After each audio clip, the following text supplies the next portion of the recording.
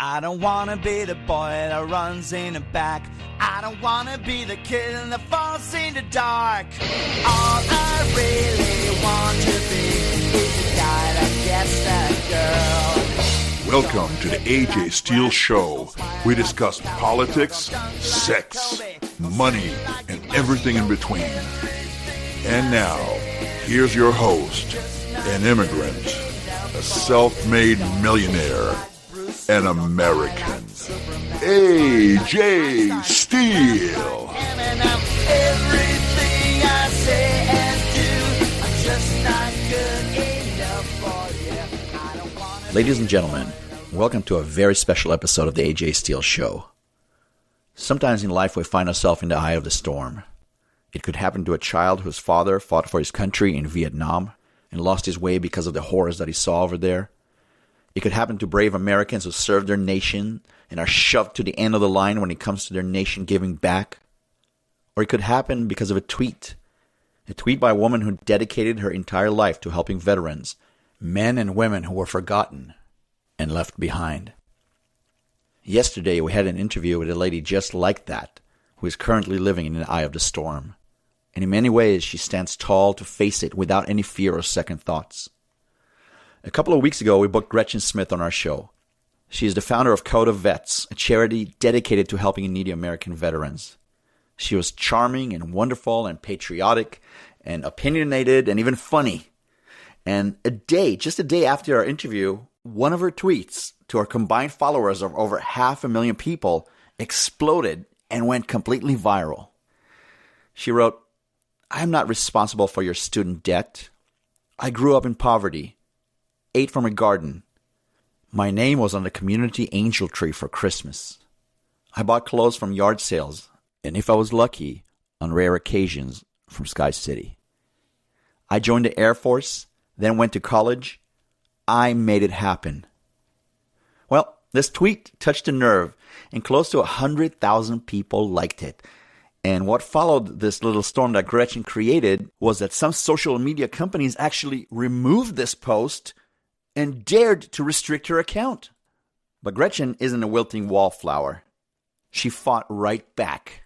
And just like the ex-soldier that she is, she hit him right between the eyes with interviews on Fox News, Comcast Radio, and many other of the corporate media giants, which, believe it or not, our little podcast beats in the ratings on a regular basis.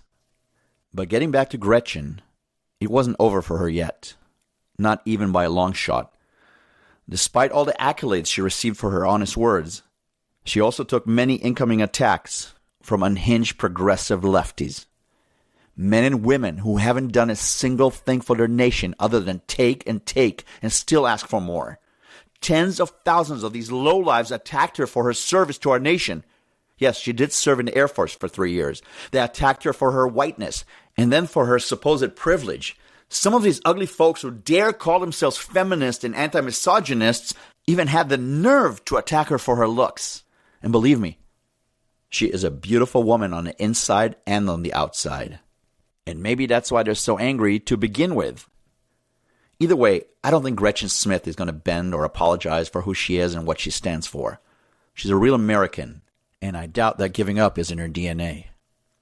Our interview with her covered many things that major media would never dare talk about. We talked about her growing up poor with a veteran father who just couldn't cope with life. We talked about her charity and the plight of veterans, and we touched on her love of the South. After the interview, I reflected a little bit about what she had to say, and I realized that everything she did and does comes from her one simple basic place: the love of a little girl for her father and her need to make him proud. Well, I am sure that her father is smiling down at her from heaven. I am sure that she has made him very proud. Ladies and gentlemen, thank you so much for listening to the AJ Steele Show. We're constantly hitting new highs, and we just recently reached the top 10 in Ireland and Panama, not to mention the top 40 here in the US and Canada. I will never ask you for money or any other help other than that you subscribe to our show and spread the word to all of your friends and family, so that we can continue doing what we do. I'm going to take a short break, and when we come back, you will hear our wonderful interview with Gretchen Smith, founder of VETS. This is AJ Steele. In the dark.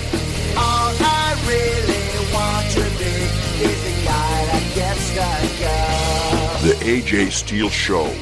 Think of your loudmouth best friend, hated by all the wives, because he tells it just like it is. Finally see your love belongs to me. Hi, Gretchen. Welcome to the AJ Steele Show. Thanks for having me. Yeah, it's great to have you. And all of us here, we've all been following your extremely popular Code of VETS social media pages and even your private Gretchen Smith Twitter account for quite a while now. And you seem to have the energy of at least 10 women. Could you begin by telling our listeners a little bit about yourself and also how you started your wonderful organization, Code of VETS? Well, I am a mountain girl. I was born and raised in the mountains of North Carolina.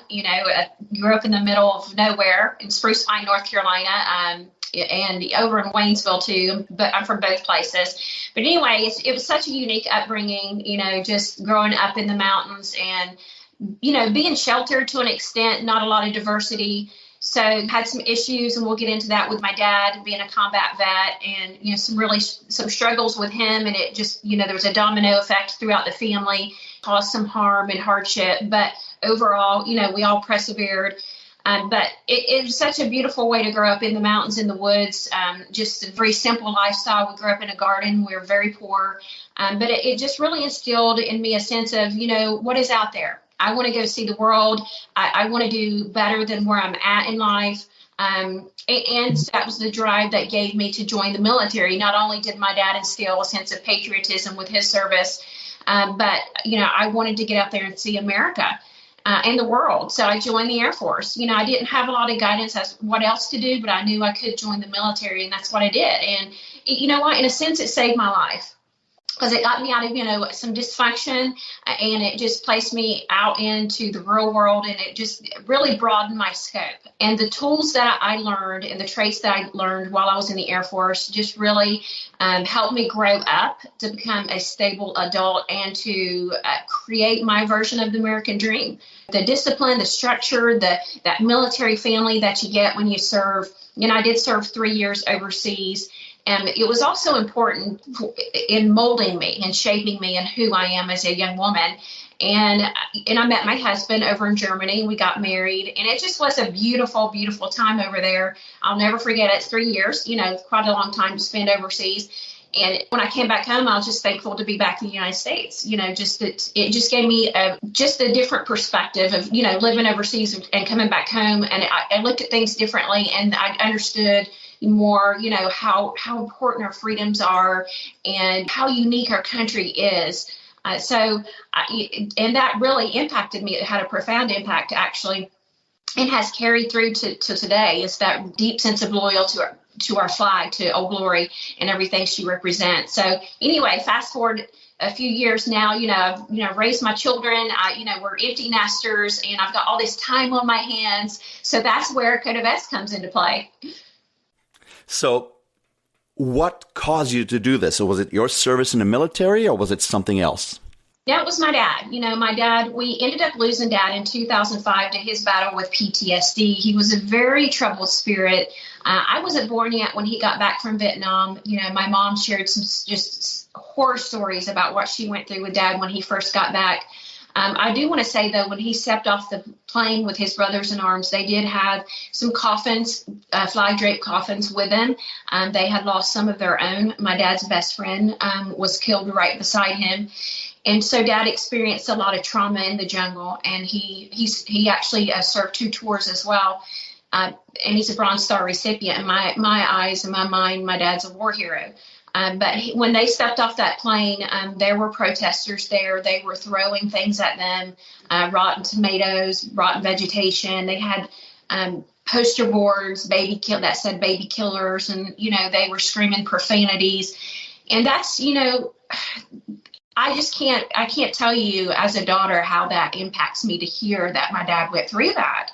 It's just so uncalled for. But, I guess the division back then was something, similar to what we're going through now. It's just something it's hard to wrap your mind around fellow Americans throwing things and showing such disrespect to men and women who are serving the country. And, so when Mom was sharing those stories, it really tugged at my heart, and it kind of helped me to understand Dad a little bit better, because he was so chaotic. His behavior on the outside was chaotic, and I believe it was a direct reflection of how he felt on the inside. And he did reach out for help at the VA over in Asheville, North Carolina. And he told him, he said, I'm falling apart. If I keep going down this path, I'm going to end up dead. And they basically told Dad, to suck it up, to be a man, and to never speak of it again, to shove it way down deep. And that was the wrong thing to say. Dad carried that PTSD and what he had done and witnessed around as long as he could, until it crushed him. It crushed his spirit. And not too long before Dad died, I sat down with him. I was an adult, and after my service, and had my children, and I was crying. I said, Dad, what are you doing? We need you. We need you to get it together. And he looked at these big tears rolling down his face, and he said, he said, Gretchen, I'm done. I'm tired. I'm tired of fighting them. They've won, and I'm ready to go home. And he meant it. I mean, there was just a look in his eye that I can't describe. The life had gone out of his eyes, and he was ready to leave this world. He just was a broken spirit. And so, once I raised my kids, I carried that story in my heart that I had with Dad, and I wanted to do something to honor him. I wanted to leave a legacy for him, and I wanted to share his story because his life mattered. And so I started Code of VETS, a Twitter page, and I started talking about sharing his journey as a daughter, and I shared that I'm a vet, but it was specifically from, a daughter's point of view. And it just really resonated in the veteran community out on the social media world. And it exploded in growth. And veterans started sharing their journeys and their stories. And they messaged me and say, hey, Gretchen, I'm on that path your dad was on. Or I've been there, and I did make it through. And so it just organically evolved into this beautiful 501c3.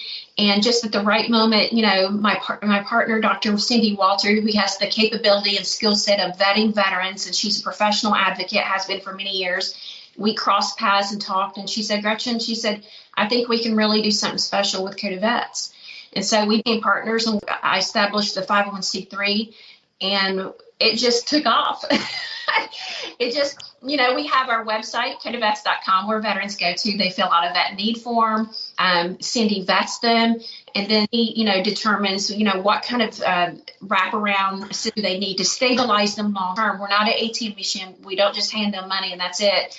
And if there is a case that needs that, then that's fine. We'll give them their funds and they'll be on their merry way. But in a lot of cases, they need guidance. And what we'll do is we'll introduce them to the local entities in their area, or we'll partner with those entities to make sure that these vets stabilize. We do a lot of homeless veterans and a lot of at-risk for homeless veterans. Oh, gosh, I think 900 homeless veterans came through our system last year. So it's just crazy. We work 7 days a week.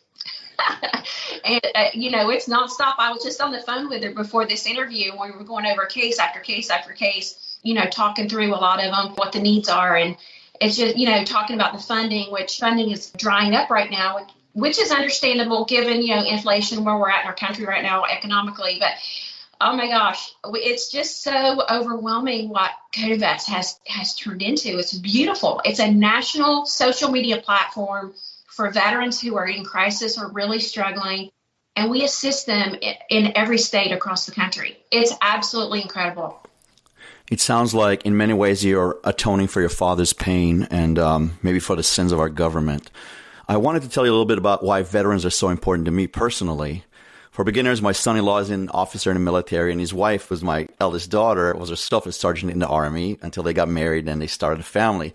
And I have a cousin who served several combat missions in Afghanistan, and he was even Saddam Hussein's guard in Iraq when they captured him. Yeah.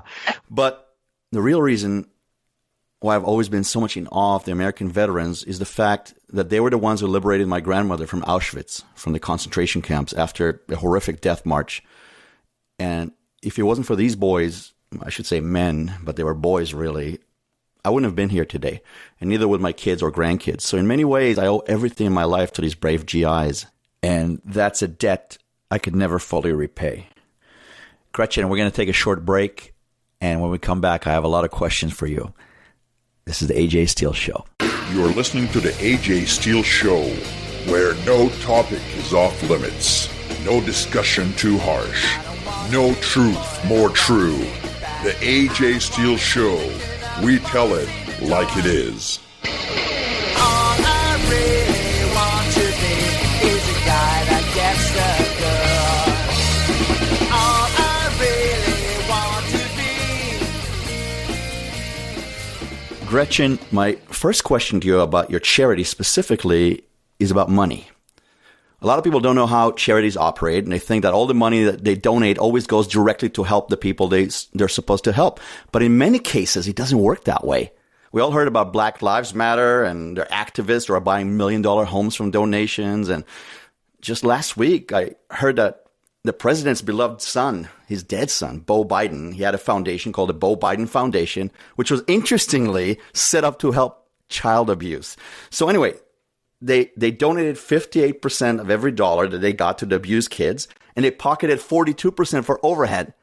And it gets a lot worse. This is not the only place. There's a lot of charities out there who basically take most of the money they collect and use it for overhead. For example, the Law Enforcement Legal Defense Fund, they take 82%. The National Vietnam Veterans Foundation takes 88% of every dollar they get. And believe it or not, the Walker Cancer Research Institute, and I'm just naming a few, they use 96.4% for overhead of every dollar they collect. That means that only 3.6 cents actually goes to the cancer research. So my obvious question to you, and what my listeners want to know, is how much money does Code of VETS take for operating costs? I love that question because we operate on 2%. And, we're incredibly unique. I feel like we are charting a new path in the world of nonprofits.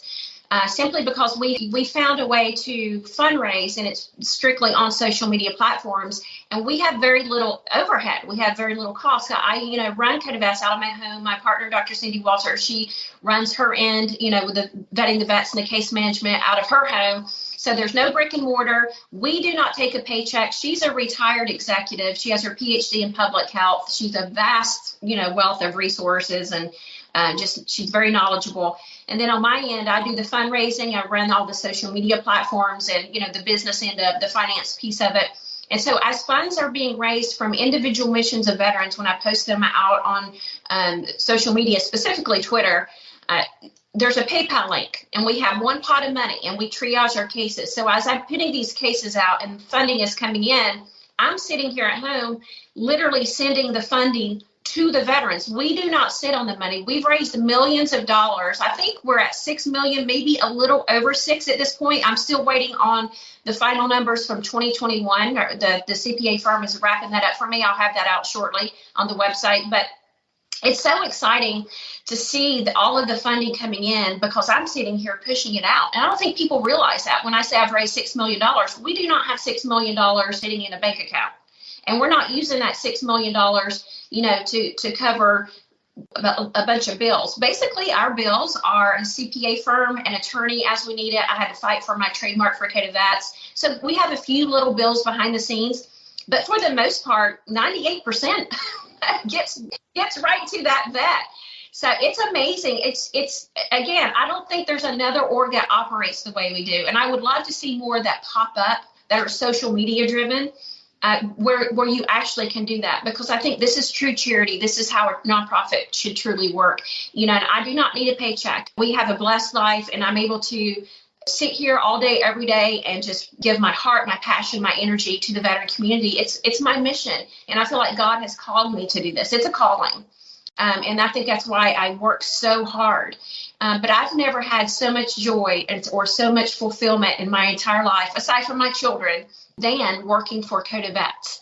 But I'm really, really excited when I get to talk about that 2% because that's a big deal. And that really goes to show you that Code of VETS is about the veterans. Like, we're all about stabilizing them and giving them a second shot at life, because I want them to know that you don't have to walk this path alone. You got brothers and sisters out there who love you. Your nation loves you. Give us a chance to help us, stabilize you, and let's see what you can do with your path moving forward. That's incredible. 2%. That's amazing for a major charity that takes in millions of dollars. I started the show by saying that you have the energy of 10 women, but now I think that you work harder than 100 women. And, Gretchen, I know we do an audio podcast, so people don't get to see you, but I only wish they got to see the beautiful smile you had when you told me about this. And there's a nice genuineness about you that I really appreciate.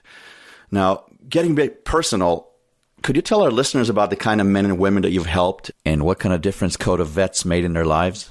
Yeah, I'm going to do like two prongs. Some is emotional support, and then others is, the financial. So there's one really powerful phone call that will stick with me until the day I die. I do a lot of work. I spend a lot of time on Twitter. That's where our largest platform is.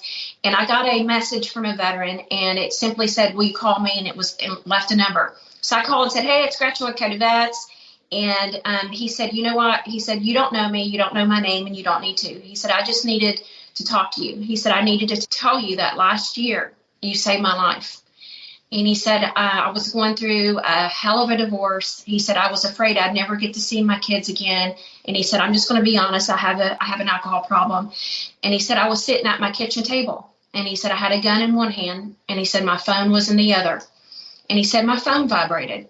And he said, I looked down at my phone, and it was a tweet from Code of VETS. And it was a tweet about hope. And he said, I clicked on that tweet and started reading the replies from the other veterans. And he said, that day I chose differently because of you.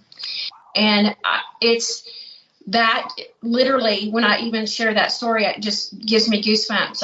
I'll never forget it. It's just the power of social media, those platforms.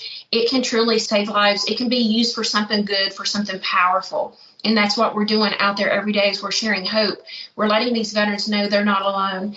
And, I've had other veterans that would message me and say, hey, Gretchen, I don't get out there and tweet a lot, or I'm not active on social media very much, but I do follow your tweets about veterans and, all the posts about hope and help. And they're like, you guys are making a real difference. Please keep doing what you do.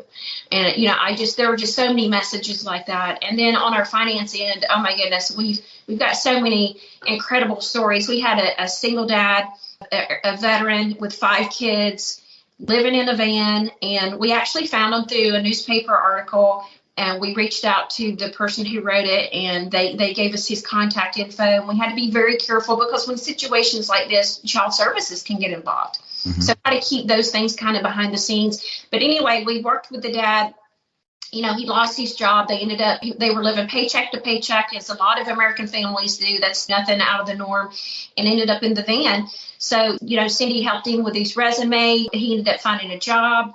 We raised money for him for an apartment for him and his children, and covered the first couple months of rent, the security deposit, the utility turn-on fees. And then we did an Amazon wish list, and we filled that apartment with everything they needed. They didn't have beds. They didn't have forks and spoons. They needed it all. So we did it all. But we do stuff like that all day, every day.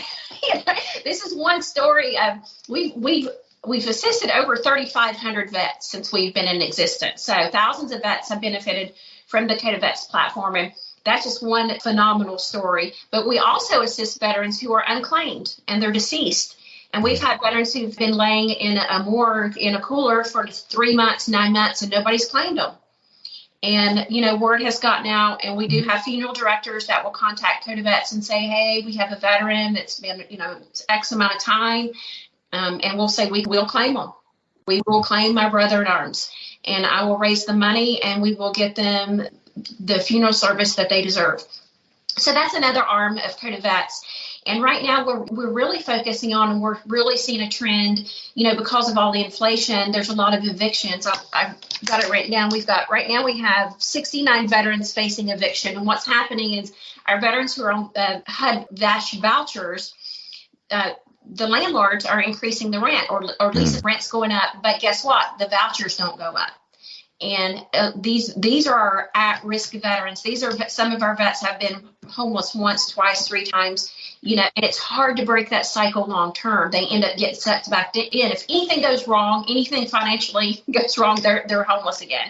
So we're noticing that these vouchers, this program is causing vets to go homeless because they're not keeping up with inflation, or they refuse to make those adjustments. So this is a nationwide trend. This is not just in one state. We're dealing with, vets all over the country. So that's something that's what I was just on the phone with Cindy about. We're talking through all these cases, these eviction cases. And I'm like, oh my gosh, where the heck are these coming from? And that's what she was explaining. Gretchen, this is much larger than us. She's like, this is like, you're talking about, hundreds of thousands of veterans who are going through this. We're just, we're dealing with 69. So it's just crazy. We see these different trends at different times. Gretchen, there's an old Hebrew saying that goes like this: he who saves just one life saves the world entire. And it sounds to me like you have already saved many worlds. So I truly applaud you for that. And with those words, I want to take a short break, and we will be right back on the AJ Steele Show.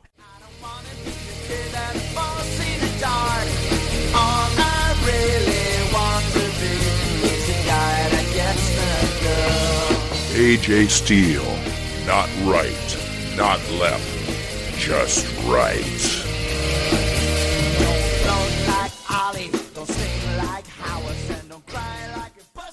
Like I said earlier, I've been following your story for years now, and I know there's two sides of you.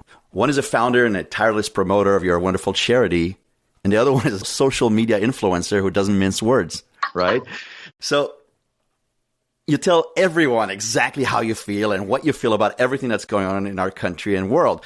How do you balance those two sides, and is it difficult to be torn in so many directions? It is, because I have such a heart for our nation, and I get that from my dad. My dad was the most patriotic man I'd ever met in my life, and he passed that on to me. So it's very genuine and from the heart. So I know I'm the founder of a nonprofit, and I have to be very careful. And I have to tell you, because this plays into what we're talking about. Someone did submit a complaint with the IRS about me and my politics, because I am the founder of VET.org, and I went through an investigation, and it was very intense, and it was actually really scary, because I'd never been through anything like that in my life. And they literally went through every document. I mean, we had a financial colonoscopy. Wow. But I have to tell you, at the end of the investigation, there was a phone call. I have signed power of attorney over to my CPA firm. My partner, Cindy, was on the phone, and we were, it was a discussion, and the IRS investigator said something. He said, you know what? He said, generally, I don't get to do this. He said, but I'm taking my investigator hat off for this particular conversation, and we're just going to talk informally. And he said, I just want to thank you, Gretchen, for your service and what you continue to do for our country. He said, you run a superb organization. It's one of the best out there, and we want you to be around for a very long time. He said, Jess, keep your politics on your personal page and off of your Code of VETS page. It was, it's amazing. So there's a fine line you have to walk there. And I learned some really valuable lessons, because I started this nonprofit organically. There was no business plan. I don't know about the world of nonprofit. I'm literally learning as I go. So I did not know what I was allowed to do and what I couldn't do. But he made it very clear. Like he set the boundaries. He's like, you cannot promote candidates. You cannot say vote for this person. You cannot say send money to this person, or, but you can talk about the trends in the country or all the latest hot topics. He said, you have a right to that opinion. So I figured out what I can and can't do. It was a painful lesson to learn, because there was a lot of stress involved, for a few months. But at the end, I just was so excited and proud, of what he said to Cindy and I. I mean, we worked so hard with Code of VETS and just poured our heart into it. And it's not about paychecks. And again, he was blown away by that 2%. He's like, your transparency, you guys go above and beyond. Because we have two separate CPA firms, the one that reconciles our funds every month and does our annual reports and quarterly reports. And then we have a CPA firm that comes in and audits us once a year. And that he's like, you guys, that's it. It's like, you guys keep on that path, and you guys are golden. But I love speaking out. I love talking politics. It's just because we're in such a odd or unique place in history right now. Just the division it's palpable. We all feel it. And I feel like I have to speak out as an American, as a veteran. I have to say what's on my heart, because I feel like I'm defending our nation from an attack, that, we're defending our republic. We have a constitution. We have family values. We have the American way of life, the American dream. And I feel like all of it's being stripped away from us. And if we don't stand up and speak out about it, we could lose it. A lot of people feel exactly the way you do, and that's why you're so popular, in my opinion. Now, I'm not going to try to do anything to hurt you with the IRS, and I know you can't really talk specifically about candidates, but I have a question that covers both sides of the aisle. To me, it seems that most Democrats and Republicans only care about our vets when it's Veterans Day or 4th of July, or when they're out there trying to get the vote or planning a new war. That's when they all start waving the flag and they shed crocodile tears and the veterans this and the veterans that. Do you feel that government in general pays enough attention to veterans and their needs, especially after they're done with the service completely? No, absolutely not. As a nation, we have failed our veteran community. And ever since, I've started Code of VETS, that's where I've learned what goes on behind the scenes. And veterans are put last, actually. They are last on the list, unless it's Veterans Day or Memorial Day weekend. Everybody's, kind of trotted out beside the politicians and, they shed the tears and they talk about how important the veterans are in our service. But I do not feel that on a day-to-day basis. I do not feel that commitment there, that there's no action behind those words. And that's why we're so covered up in work. We have a line of veterans that we will never get through. There's just not enough funding out there. One org can't touch them all. There's no way. We all have to do our part and do as much as we can.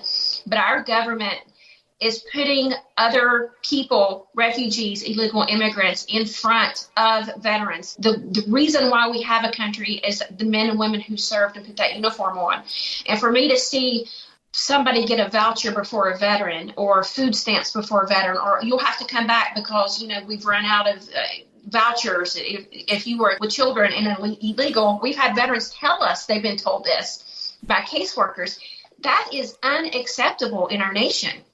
Veterans should be put first, and it's just infuriating, and it drives me even more to do more when I hear these veterans tell this. And they were trying to cut the caregiver program in the VA recently, and we had a veteran who was blind. He literally had his eyeballs removed from his head from the damage of the IED explosions. And they were trying to tell him, they reduced his caregiver. His wife was his caregiver. They reduced their money by $1,200 per month, meaning she had to go out and get a job just so they would be able to pay their bills. Guess what? How is he supposed to function?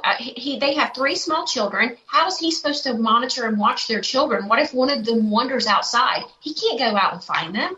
How is he supposed to see his medication to take it? She was there for him to make sure he was getting the proper dosage at the proper time and make sure it got into his mouth. And that's what we're dealing with, cases like that. That is a disgrace when the government rips away a program like that impacts a veteran on such a basic daily, on their life. And it's for me, there's no sense in it.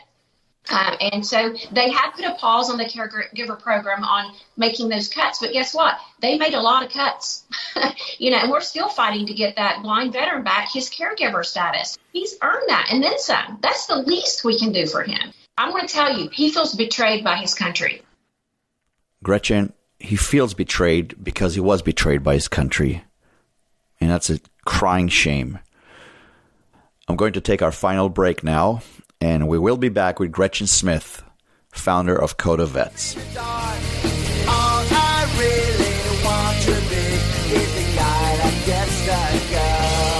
AJ Steele Show. Think of your loudmouth best friend, hated by all the wives, because he tells it just like it is. Finally see your love belongs to me.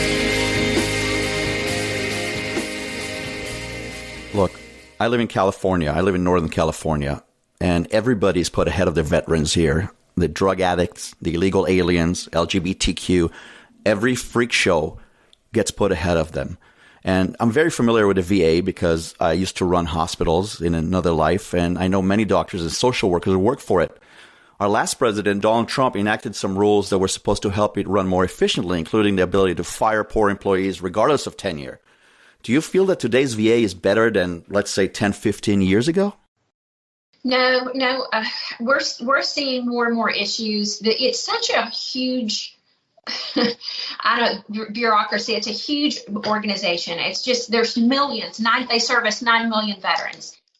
Cindy and I talked about it because she's in the public health sector and has some expertise in this area. She said that the pharmacy needs to be totally removed from the VA system. It needs to be out on its own. We need to pull some of the things out of the VA because it's just too much. They do not properly manage all of there's enough funding. Don't get me wrong. The funding is managed, and they send these funds to all these different contracts through the VA, and then they don't use the money in the way that they should. The money trickles down, and literally the vet ends up getting pennies on the dollar, which is why we get the inconsistent care that we get. And it's not getting better. It's not getting better. I feel like it's slowly getting worse.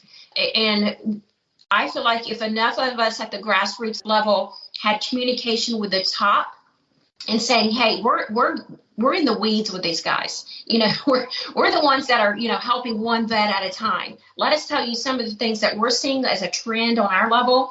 And let's see what you can do at the top to remedy it. Because what they do is they fly over 30,000 feet high above our work. And then they make all these policies, and you put them in place, they don't make sense. It's not practical.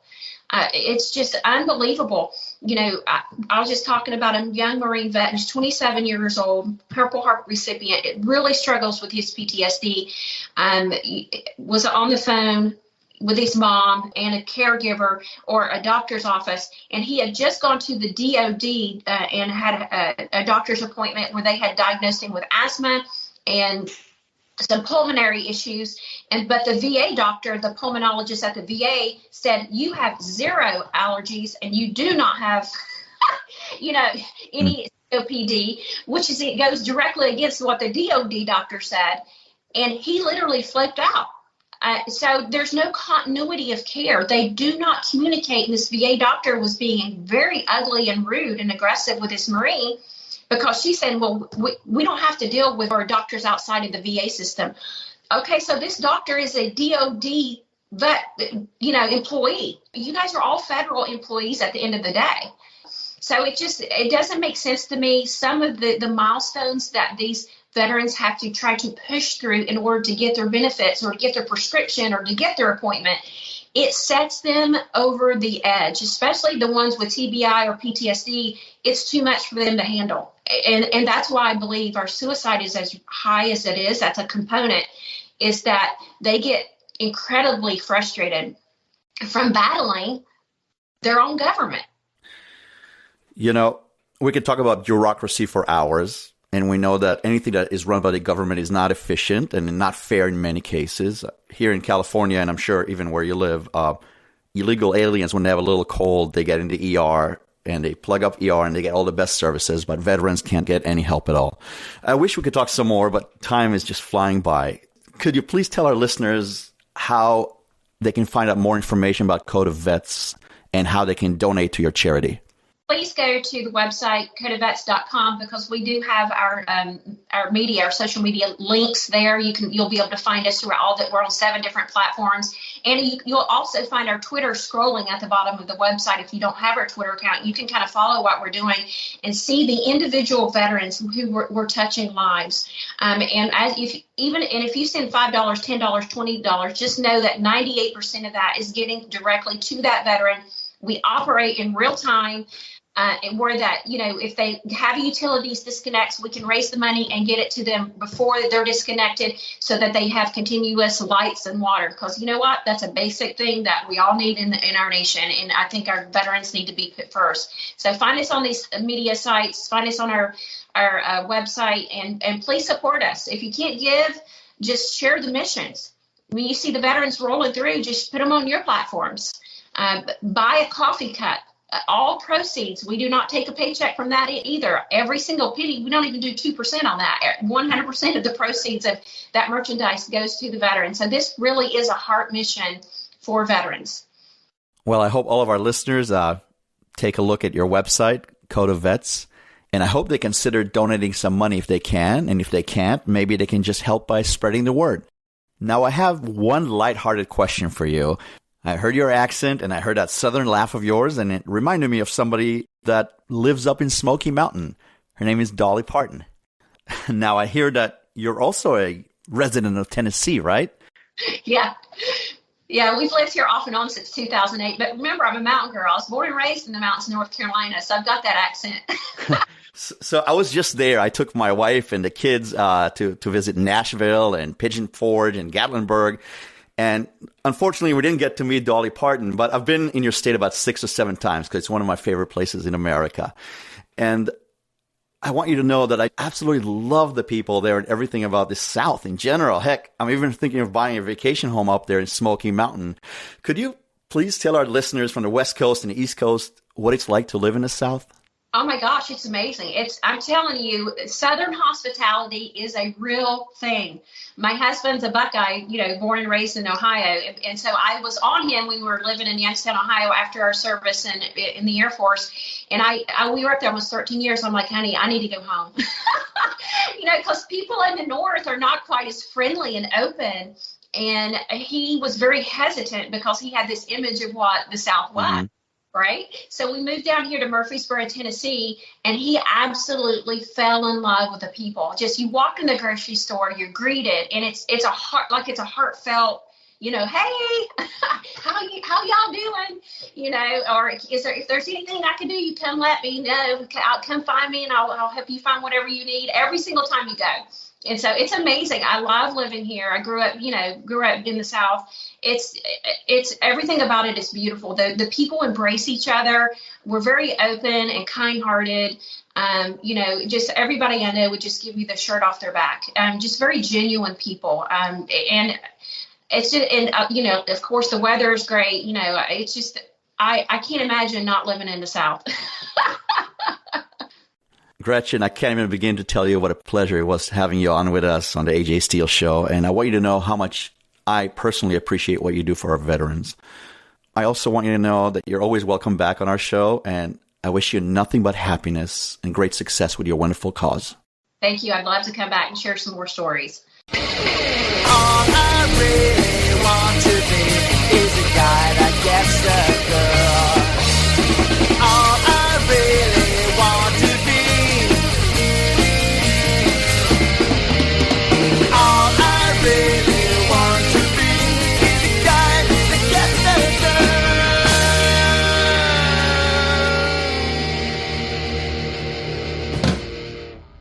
girl. The AJ Steele Show. Copyrighted 2022.